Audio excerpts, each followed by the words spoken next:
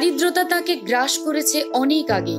অভাবী সংসারে তাই টোটো চালিয়ে দুমুঠো অন্ন জোগাড় করেন ক্যানিং থানার রায়বাগিনী মোড়ের বাসিন্দা অমর মণ্ডল।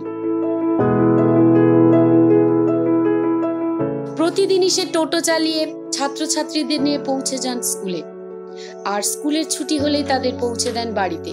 তবে ছাত্রছাত্রীদের স্কুলে নিয়ে যাওয়া ও নিয়ে আসার মাঝেই সামাজিক কাজেও ব্রতী থাকেন বছর 40-এর অমর। অসহায় দুস্থ মানুষদের দেখলে আজও সে বিনামূল্যে পৌঁছে দেন গন্তব্যস্থলে।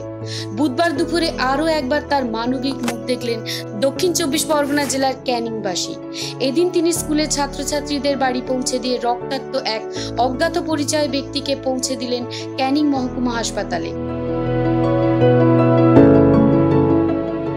স্থানীয় সূত্রে জানা যায়, ক্যানিং বারুইপুর রাস্তার ধারে এক অজ্ঞাত ব্যক্তি রক্তাক্ত অবস্থায় পড়েছিলেন। সেই সময় কেউই তার গায়ে হাত দিচ্ছিলেন না। সেই সময় ওই রাস্তা দিয়ে যাচ্ছিলেন অমর। তার চোখে পড়ে ঘটনাটি। এরপরই তিনি ওই অজ্ঞাত ব্যক্তিকে তার টোটোতে তুলে পৌঁছে দেন হাসপাতালে। বর্তমান ওই আহত ব্যক্তি ক্যানিং মহকুমা হাসপাতালে চিকিৎসাধীন। তবে এদিন সহানুভূতিশীল অমরের এই মানবিক কাজে খুশি ক্যানিংবাসী। বাচ্চা নিয়ে শুয়েতে লাগে ঘুরে ওই পেশেন্টটা তুলে নিয়ে চলে ওই দিন দেখছি লোকজন বলে তোমার অর্ডারটা নিয়ে চলে যাও টোটোতে। একজন আমার সাথে ঘরে তুলে দিয়েছে, আর কেউ আসেনি, আমি একটা নিয়ে। ক্যানিং থেকে বান্টি মুখার্জির রিপোর্ট, বিশ্ব সমাচার।